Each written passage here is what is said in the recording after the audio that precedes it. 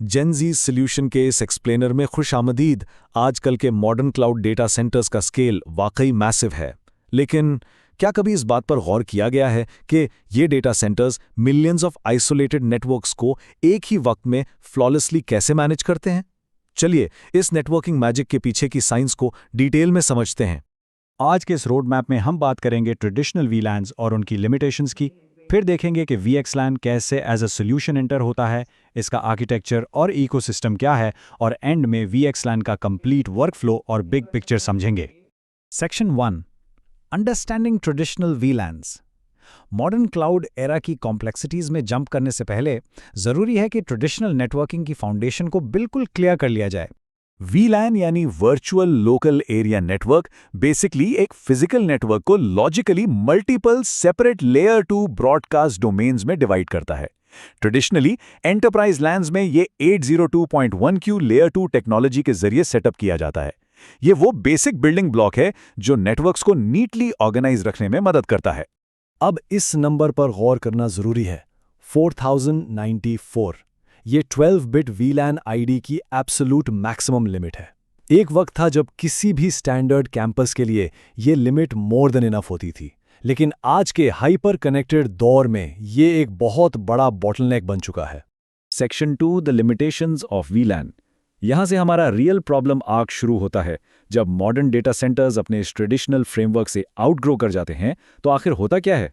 असल मसला ये है कि 4094 आईडीज और स्ट्रिक्ट लेयर 2 बाउंड्रीज अब मैसिव स्केल डेटा सेंटर्स के लिए बिल्कुल भी काफी नहीं है।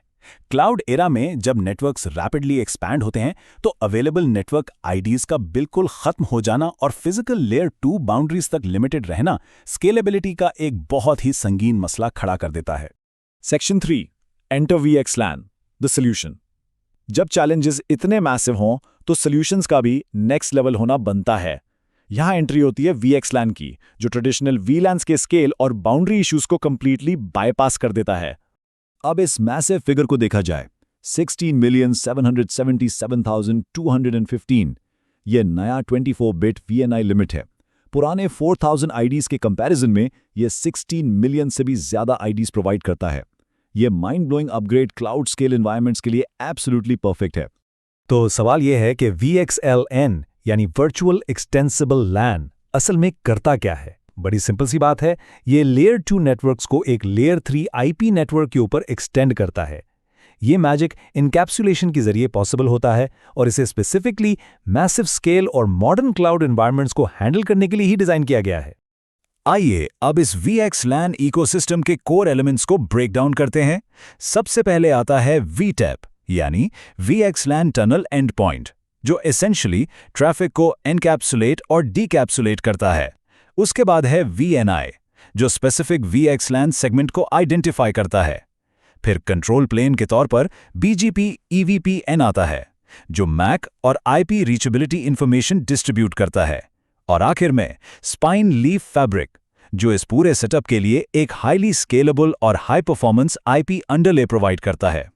अगर इन दोनों का एक साइड बाय साइड कंपैरिजन किया जाए तो टेक्नोलॉजी के हिसाब से VLAN स्ट्रिक्टली लेयर 2 पर काम करता है, जबकि VXLAN layer 2 over layer 3 approach use करता है। आईडी स्पेस का फर्क तो क्लियरली विजिबल है, करीब 4K वर्सेस 16 मिलियन। एनकैप्सुलेशन में जहां VLAN 82.1q यूज करता है, वहीं VXLAN UDP बेस्ड एनकैप्सुलेशन का इस्तेमाल करता है। ट्रांसपोर्ट के लिहाज से VLAN ईथरनेट पर डिपेंड करता है, जबकि VXLAN डायरेक्टली IP नेटवर्क पर चलता है। स्केलेबिलिटी और आर्किटेक्चर दोनों में VXLAN ट्रेडिशनल 3 टियर सिस्टम को पीछे छोड़कर स्पाइन लीफ फैब्रिक के साथ मॉडर्न डेटा सेंटर्स के लिए डेफिनेटली बेस्ट चॉइस बन जाता है। Section 4, VXLAN architecture and ecosystem. अब जब फाउंडेशन और डिफरेंसेस बिल्कुल क्लियर हो चुके हैं तो थोड़ा अंडर द हुड देखते हैं कि इनकैप्सुलेशन का ये फैसिनेटिंग प्रोसेस इंटरनली कैसे काम करता है। इस कैप्सुलेशन को समझने के लिए एक सिंपल सी एनालॉजी लेते हैं। जैसे एक छोटा खत एक बड़े एनवेलप में पैक किया जाता है।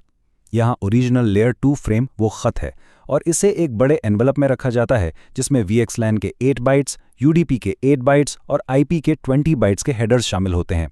ये नया आउटर एनवेलप इस डेटा पैकेट को अंडरले IP फैब्रिक के थ्रू सेफली और सिक्योरली ट्रैवल करने में मदद करता है।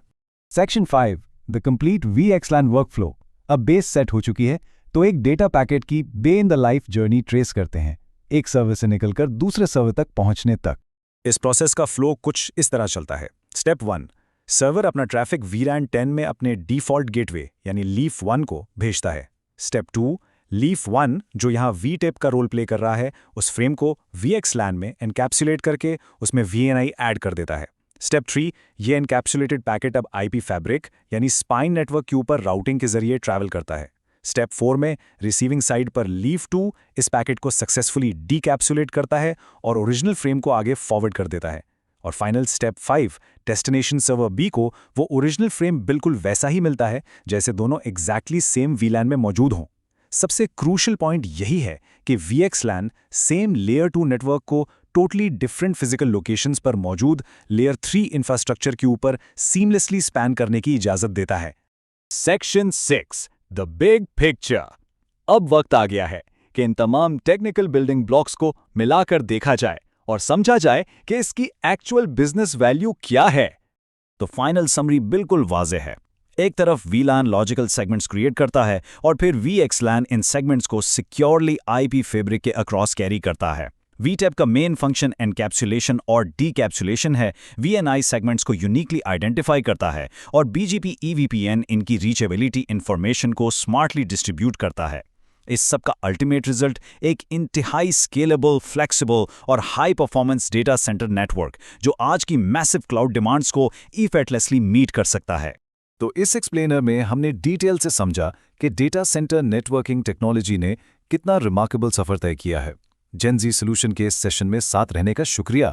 लेकिन कंक्लूजन से पहले एक बड़ा इंटरेस्टिंग सवाल माइंड में आता है। जैसे जैसे फ्यूचर में क्लाउड नेटवर्क्स 16 मिलियन सेगमेंट्स की लिमिट से भी आगे निकल जाएंगे, तो नेटवर्क एनकैप्सुलेशन के फील्ड में अगला बड़ा एवोल्यूशन क्या होगा? ये बिल्कुल एक ऐसी थॉट है जो नेटवर्क इंजीनियरिंग के फ्यूचर को डिफाइन करेगी। इस टेक्नोलॉजी स्पेस पर नजर रखना जरूरी है और इसी तरह कॉम्प्लेक्स कॉन्सेप्ट्स की एक्सप्लोरेशन हमेशा जारी रहनी चाहिए।